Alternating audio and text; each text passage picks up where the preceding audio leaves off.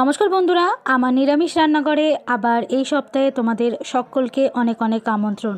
আজকের আমি তোমাদের সাথে শেয়ার করব পনির কুলচা রেসিপি। পুর ভরার ঝামেলা ছাড়াই কিন্তু অনায়াসে এই টেস্টি খাবারটা কিন্তু সকালে ব্রেকফাস্টে হোক কিংবা রাত্রিবেলা ডিনারের জন্য অবশ্যই বানিয়ে নিতে পারো বা বাচ্চাদের টিফিনে দিতে পারো।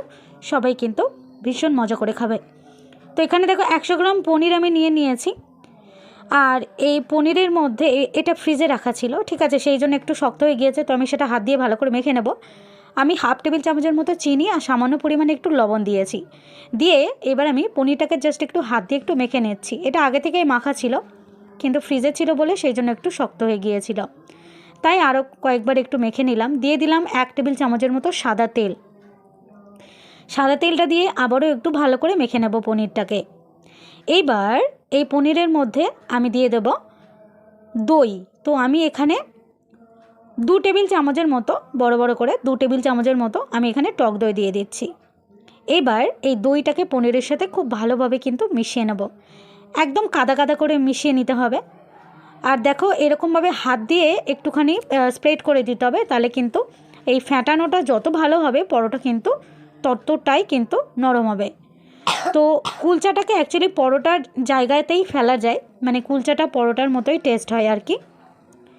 তো এইবার আমি অল্প অল্প করে ময়দা দিচ্ছি আর এটাকে মেখে ফেলেছি। তো দেখো জল ছাড়াই কিন্তু মাখতে হবে, ঠিক আছে, জল দেওয়া যাবে না এই রেসিপিতে। তো খুব ভালো করে ময়দাটাকে একদম নরম নরম করে মেখে ফেলতে হবে। তারপরে 2 হাত দিয়ে সুন্দর করে ঠেসে ঠেসে মেখে নিতে হবে। এই মাখাটা বা সমস্ত প্রসেসটা কিন্তু যদি ঠিকঠাকভাবে করতে পারো একদম নরম তুলতুলে কিন্তু কুলচাটা হবে, আর খেতে কিন্তু অসম্ভব সুন্দর টেস্ট হয়। আমার বাচ্চাকে এটা আমি টিফিনের জন্য বানিয়ে দিয়েছিলাম, খুবই খেতে ভালোবেসেছিল। আর ও স্কুলেও নিয়ে গেছিল, বলেছিল খেতে ওর খুবই পছন্দ হয়েছে। তো সেই জন্য আজকের এই রেসিপিটা তোমাদের জন্য শেয়ার করছি। বাড়িতে বড় হোক বা বাচ্চা, যে কারোর জন্যই কিন্তু তোমরা ট্রাই করতে পারো। এবার দেখো এখানে হাফ ফালি গাজর আমি একটু গ্রেট করে নিচ্ছি। গাজরটাকে প্রথমে ছাড়িয়ে ধুয়ে নিয়েছিলাম, তারপরে এটাকে গ্রেট করে নিলাম। এবার গাজরের মধ্যে যে এক্সট্রা যে রসটা আছে সেটা একটু চিপে বার করে দেবে।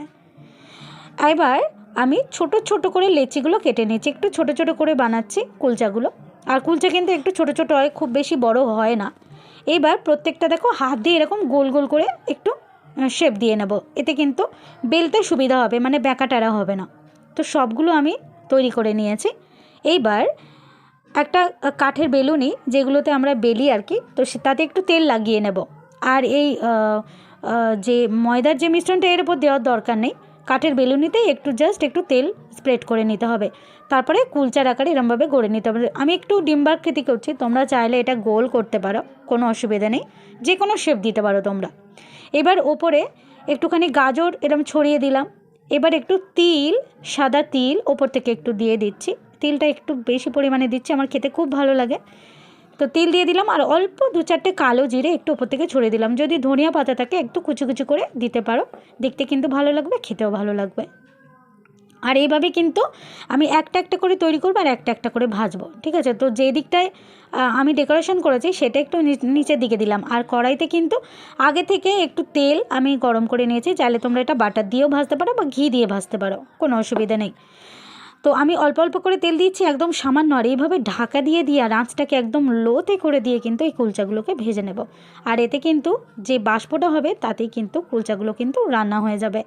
তো একটা দেখো এখানে তৈরি হয়ে গেছে। এইভাবে চলো আমি আরও একটা বানিয়ে নিচ্ছি। আর এগুলো কিন্তু এর সাথে কিছুই লাগবে না, মানে অন্য কোনো তরকারি বলো বা কিছুই লাগবে না, এগুলো কিন্তু এমনি শুধু খাওয়া হয়ে যায়। তো আরও একটা দেখো এরকমভাবে ডেকোরেশন করে নিয়ে আরও একটা আমি ভেজে নিচ্ছি। তো আজকের আমার এই কুলচার রেসিপি, এই সহজ রেসিপিটা যদি তোমাদের ভালো লেগে থাকে, এই নিরামিষ রেসিপিটা, তাহলে রিকোয়েস্ট রইলো অবশ্যই বাড়িতে একবার ট্রাই করবে। কেমন হলো আমাকে একটু কমেন্টে জানাবে। আর দয়া করে আমার চ্যানেলটাকে একটু সাবস্ক্রাইব করে আমাকে একটু সাপোর্ট করবে। তো আজ এই পর্যন্ত বন্ধুরা, আবার আসবো সামনের সপ্তাহে এরকম আরও একটা নতুন রেসিপি নিয়ে তোমাদের সাথে শেয়ার করার জন্য।